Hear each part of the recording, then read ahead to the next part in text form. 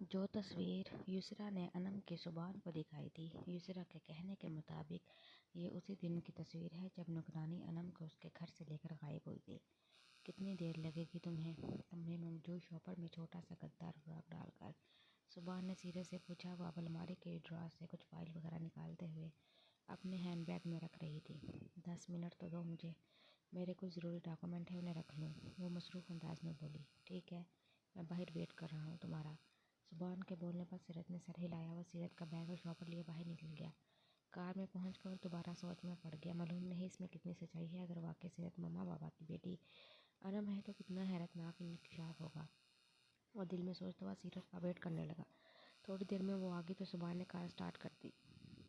नासिर को अस्पताल लेकर उसने सीरत और नासिर को अपने दोस्त के फ्लैट में छोड़ा। ये फ्लैट अच्छे इलाके में था। 3 कमरों का यह फ्लैट इन बाप बेटी के लिए काफ़ी था।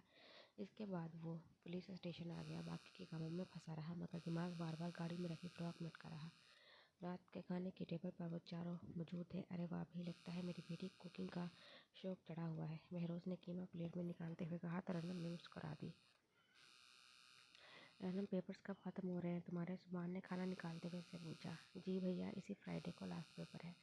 रनम ने चावल अपनी प्लेट में निकालते हुए सुभान को जवाब दिया। देख लें बाबा, पेपर अब ख़त्म हो जाएंगे। रनम अब खाना भी बनाना सीख गई है। मुझे लग रहा है आपको सोचना पड़ेगा इसके लिए हमें। सुभान ने शरारत से रनम को देखकर बहरोज को मुखातिब किया। बहरोज मुस्कुराने लगा। भैया ऐसी बातें मत करने, वरना मैं यहाँ से चली जाऊँगी। रनम ने नजरें झुकाते हुए सुभान से कहा कि उनकी 2 आंखें और भी इसी को अपनी नज़रों के हिसाब में लिए हुई थी। चुप करके बैठकर खाना खाओ और अगली दफ़ा नमक पर हल्का हाथ रखना। बाबा आप ज़्यादा मत खाइएगा, बीपी हाई हो जाएगा। सुभान ने बहरोज को मना किया क्योंकि नमक अच्छा खासा तेज़ हो गया था, मगर रनम ना फील करे। सुभान ने उसके हाथ का बना हुआ कीमा थोड़ा सा निकाला, जबकि किशान ने किसी दूसरी चीज़ को हाथ नहीं लगाया, सिर्फ रनम के हाथ का बना हुआ कीमा खाया। खाने के बाद किशान बहरोज से अपनी जॉब के मुतालिक बातें कर रहा था। सुभान भी सोफे पर बैठा हुआ था। तब रनम ने इन तीनों के लिए चाय बनाकर लाई सर्व की। बाबा मेरे पेपर्स ख़त्म हो जाएंगे तो फिर मैं आनी के घर जाऊंगी 1 हफ्ते के लिए। रनम ने बहरोज को मुखातिब किया। ठीक है मेरी बेटा, चले जाना। बहरोज की जान पर रनम के चेहरे पर मुस्कुराहट आ गई, मगर किशान के चेहरे के तासुरात बदल गए। Thank you. रनम ट्रे रखने के लिए किचन में चली गई। चीनी कम में है शायद, किशान बोलता हुआ किचन में गया। सुभान बहरोज से बातें करने लगा। रनम ट्रे रखकर जाने के लिए मुड़ी तो किशान किचन में दाखिल हुआ। आप कुछ चाहिए था क्या? रनम ने किशान को देखकर मुखातिब किया। वो जाएगा कब था? मैं चलता हुआ उसके करीब आया। आंटी कल परसों वापस आ जाएंगी तो फिर तुम्हें जाने की क्या ज़रूरत है? रनम की बात को इग्नोर करते हुए वो उससे बोला। मामा के आने से क्या होता है? आनी के पास तो मैं हर साल रुकने के लिए जाती हूँ, वो हर साल वेट करती है मेरा। रनम ने मुस्कुराकर किशान को बताया। लेकिन अब तुम नहीं जाओगी। किशान के संजीदगी से कहने पर रनम की मुस्कुराहट भी थम गई। मगर किशान, मेरी एक ही तो खाला है और मैं तो हर साल ही। अभी रनम की बात मुकम्मल भी नहीं हुई थी, किशान के हाथ से चाय का कप छूटा। गर्मा गर्म चाय के गिरने से रनम बुरी तरह चीखी। उसने पतले से स्टेप वाले स्लीपर पहनी हुई थी, इसलिए उसके पाँव ज़्यादा मुतासिर हुए। क्या हुआ? सुभान और बहरोज रनम की आवाज़ सुनकर किचन में आ गए। गलती से मेरे हाथ से कप छूट गया। रनम के पाँव पर चाय गिर गई। किशान ने इन दोनों को देखकर जवाब दिया, जबकि जलन की वजह से रनम ने रोना शुरू कर दिया। सुभान आगे बढ़कर कंधों के गिर्द हाथ मिलाए रनम को चुप कराने लगा। काशी, तुम्हें देखना तो चाहिए था, ऐसे कैसे छूट गया कब? तुम्हारे हाथ से सुरख हो गए उसके पाँव बुरी तरह। सुभान किशान पर बरहम होता हुआ बोला। वो अभी भी रनम को बच्चों की तरह चुप करा रहा था। चलो, इसने कौन से जानबूझ कर गिराया? गलती से गिरा है कब? यहाँ और रनम बाबा के पास। बहरोज ने किशान को चुप देखकर रनम के आंसू साफ किया, मगर रनम बहरोज के गले लगा फिर रोने लगी। आई एम सॉरी, किशान ने बहरोज को देखते हुए कहा। कोई बात नहीं, मेरी बेटी बहुत बहादुर है, बहरोज नरम कर बहलाते हुए कहने लगा। चलो शाबाश, अपने रूम में जाकर सो जाओ। सुभान, तुम पुराने एल्बम का पूछ रहे थे? वो युसरा ने स्टडी रूम में रखी है। बहरोज रनम को रूम में जाने का कहकर सुभान की बात का जवाब देने लगा, जिस पर सुभान इस बात में सर हिलाकर स्टडी रूम में चला गया ताकि अपनी कन्फ्यूजन दूर कर सके। किशान अपने रूम में टहलने लगा। 15-20 मिनट गुजरने के बाद वो सीढ़ी चढ़ता हुआ रनम के रूम में पहुंचा और दरवाज़ा हल्के से नॉक किया। रनम की आवाज़ पर दरवाज़ा खोलकर बेडरूम में दाखिल हुआ और दरवाज़ा बंद किया। रनम, जो कि अपने बेड पर सोने की घर से लेटी हुई थी, किशान को देखकर उठकर बैठ गई। किशान चलता हुआ बैठकर उसके पास आया, बैठ गया। इसके बैठने पर रनम ने अपने पाँव मज़ीद समेटे, मगर किशान ने उसके पाँव पकड़कर अपनी गोद में रखे और पॉकेट असाइनमेंट निकालकर उसके पाँव पर लगाने लगा। यही अमल उसने दूसरे पाँव पर भी दोहराया।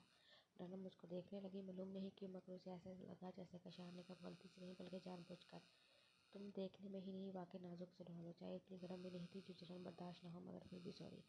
कशान रनम को देखकर कहने लगा, इतनी गर्म नहीं थी क्या? मतलब आपने जानबूझकर चाय मेरे पाँव पर गिराई थी? रनम ने हैरत से उसे देखकर पूछा, यानी जो वो सोच रही थी बिल्कुल ठीक सोच रही थी। तुम्हें ऐसा लगता है कि मैंने जानबूझकर तुम पर चाय गिराऊंगा?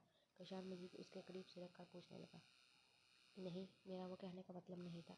कशान को संजीदगी से अपने पर नज़र जमाए करीब देखकर वो पीछे बैठ के क्राउन से टेक लगाते हुए चिंती से बोली, मुझे नहीं मालूम था कि कोई लड़की खूबसूरत होने के साथ इतनी मासूम भी हो सकती है। मैंने अपने लिए ऐसी ही लड़की की चाह की थी। किसी भी चीज़ की आदत हो जाना कोई अच्छी अलामत नहीं है। मैं तुम्हारा एडिक्ट होता जा रहा हूँ। अब तुम खुद बताओ, पूरे एक हफ्ते तुम मेरी आंखों से ओझल रहोगी तो मेरा क्या होगा? इस वजह से तुम्हें जाने के लिए मना कर रहा था। तुम्हें आने के घर जाना है, चलो ऐसा करते हैं, तुम्हारे लास्ट पेपर में अभी काफ़ी दिन का गैप है। कल हम दोनों आंटी को लेने चलते हैं। तुम अपनी आने से भी मिल लेना और वापसी पर हम आंटी को भी ले आएंगे। मैं अंकल से इजाज़त ले लेता हूँ।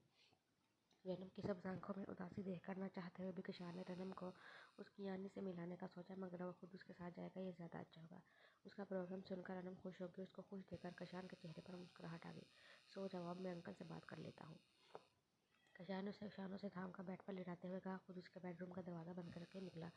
सामने से सीढ़ियाँ चढ़कर आते सुभान ने कशान को रनम के कमरे से निकलते देखा तो एकदम चौंका।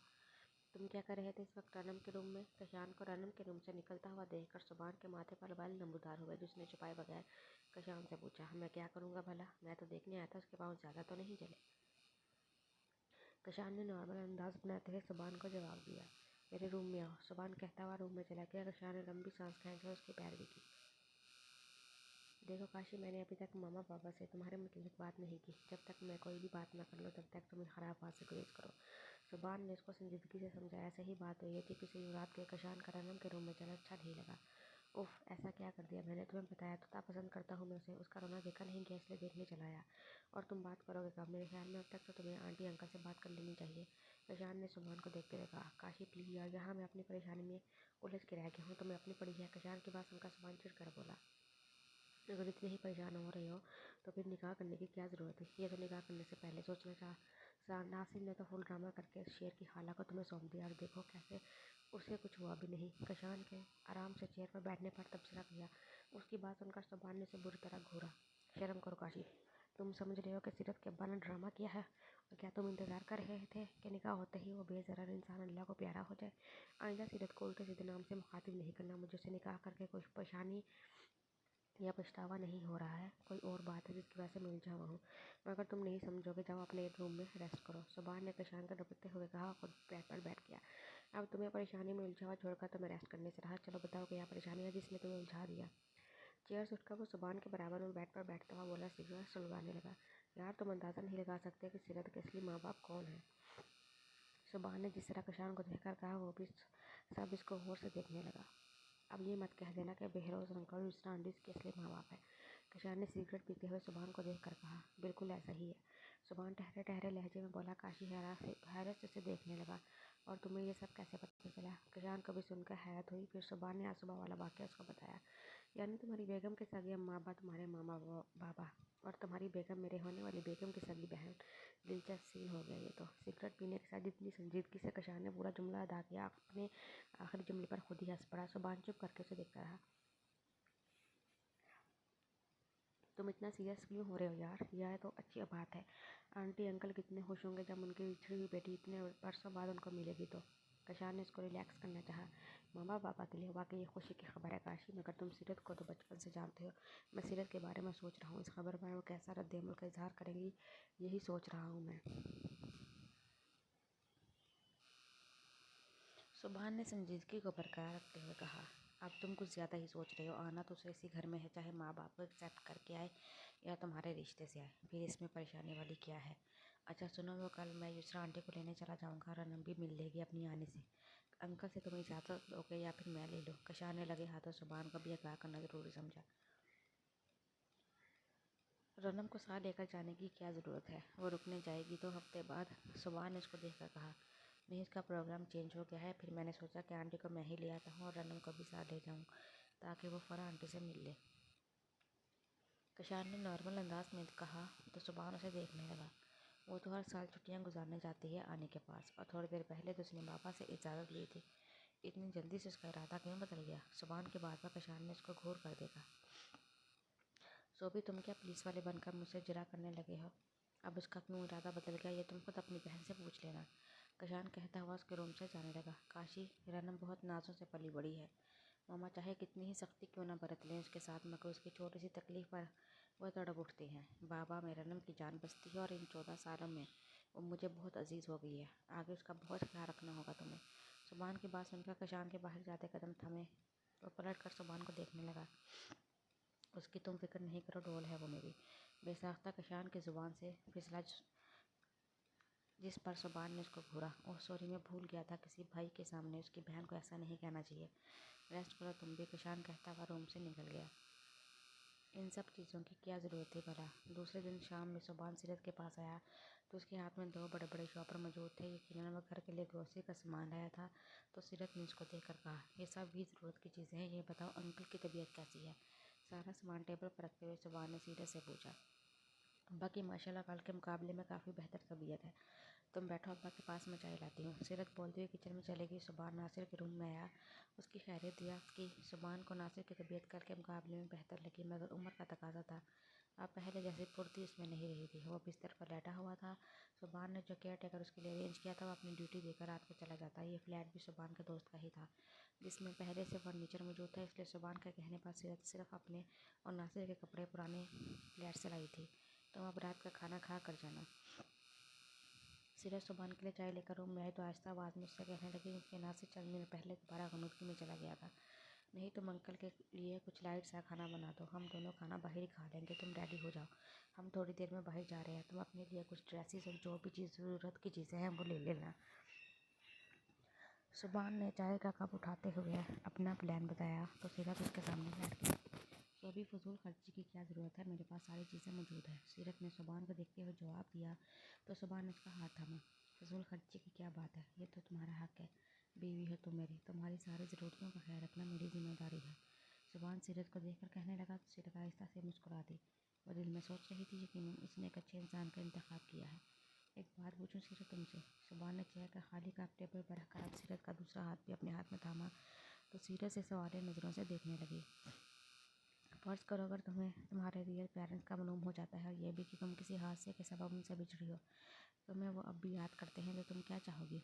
सुबान ने गौर से सीरत को देखकर सवाल किया। अगर मुझे मेरे असली माँ बाप का मालूम हो जाता है तो मेरे लिए ये नॉर्मल सी बात होगी। ना ही मुझे इस बात से कोई खुशी होगी ना ही गम, क्योंकि उनके लिए मेरे अंदर कोई भी फीलिंग्स नहीं है। जब मैंने होश संभाला तब से मुझे मालूम था कि अब्बा ने मुझे कचरे से उठाया है, मगर अम्मा अब्बा ने मुझे पाला, बिल्कुल उसी तरह मेरी परवरिश की जैसे वो अपनी सगी औलाद की करते। इसलिए मुझे कभी ऐसा ख्याल नहीं आया कि क्यों मुझे मेरे माँ बाप कचरे की नज़र कर गए। अगर कभी आगे ज़िंदगी में मुझसे मेरे माँ बाप का सामना हुआ भी तो मेरे दिल में कभी उनके लिए ठाठे मारती मोहब्बत जन्म नहीं ले पाएगी। अगर वो मुझे याद करते भी होंगे तो मैं उन्हें ये मशवरा दूंगी, जैसे 22 साल आपने मेरे बगैर गुजार दिया वैसे ही अपनी बाकी ज़िंदगी भी गुजार दें, क्योंकि अब इस दुनिया में मेरे लिए जो भी कुछ है वो सिर्फ यही इंसान है। सीरत ने आंखें बंद किए नासिर की तरफ इशारा करके कहा और उसकी बात सुनकर सुबान चुप हो गया। अब इस तरह खामोश होने की ज़रूरत नहीं है। अब्बा के साथ साथ तुम भी मेरी ज़िंदगी से मुंसलिक हो गए हो, इसलिए मेरे लिए मायने रखते हो। आया तुम बैठो, मैं चेंज करके आती हूँ। सुबान के हाथों से अपना हाथ निकाल कर वो दूसरे रूम में चली गई। बहरोज़ की इजाज़त पर कशान और रनम युसरा को लेने के लिए बाई रोड हैदराबाद के लिए निकले। रास्ते भर कशान ड्राइविंग के दौरान रनम से छोटी मोटी बातें करता रहा। कशान के संग यूँ सफ़र करना और उसका यूँ बातें करना रनम को बहुत अच्छा लग रहा था। वो इतना ज़्यादा रिजर्व नेचर का भी नहीं था जितना लगता था। बस जिन लोगों से उसकी अच्छी अंडरस्टैंडिंग हो जाती है उनसे खुद ही फ्रेंक हो जाता। ड्राइविंग के दौरान आनम की आंख लगी तो कशान ने उसके आराम के ख्याल से म्यूजिक बंद कर दिया। कच्ची रोड पर भी वो एहतियात से ड्राइविंग कर रहा था ताकि रनम की नींद डिस्टर्ब ना हो। रनम नींद में भी उसकी केयर करना महसूस कर रही थी। कल रात गलती से यकीनन उसके हाथ से कब छूटा होगा, भला वो जानबूझकर उसे क्यों तकलीफ पहुंचाएगा। कच्ची नींद में ये सोचते हुए वो पूरी तरह नींद की वादियों में उतर गई। जब वो दोनों फ़रा के घर पहुंचे तो दोनों को इकट्ठा देखकर जहाँ युसरा खुश हुई वहीं फ़रा को इन दोनों का एक साथ यूँ आना कुछ अच्छा नहीं लगा। सुबान की तो अलग बात थी, मगर ये सुबान का भाई फ़रा को कुछ ख़ास पसंद नहीं आया। मगर वो पहली दफ़ा इसके घर आया था, इसलिए मुस्कुराकर मिलते हुए मेहमान नवाजी के तवक्कात पूरे किए। आशिर भी कशान से अच्छी तरीके से मिला, मगर वो आशिर से सरसरी अंदाज में बातचीत करता रहा, जिसे रनू ने थोड़ा फील किया। रनू, तुम्हें आने की याद आ रही थी ना? जाओ इनसे बातें करो और खाने में इनकी हेल्प करो। रनम आशिर की बातों का जवाब देने लगी तो कशान ने नॉर्मल से अंदाज में रनम को देखकर कहा। रनम मुस्कुराकर वहाँ से उड़ गई, क्योंकि बेशक कशान का अंदाज नॉर्मल था, मगर आंखों की विंक करती हुई। रात के 10 बजे वो लोग वापसी के लिए निकले। वापसी का सफ़र भी अच्छा गुजरा, मगर अब रनम पीछे बैठी हुई थी और ज़्यादातर खामोश थी। युसरा और कशान की बातें सुन रही थी। अलबत्ता थोड़ी थोड़ी देर बाद कशान गाड़ी के शीशे से नजर डालकर रनम को देखकर स्माइल दे देता। उफ, मैं इतनी देर तक सो गया, तुमने उठाया भी नहीं मुझे।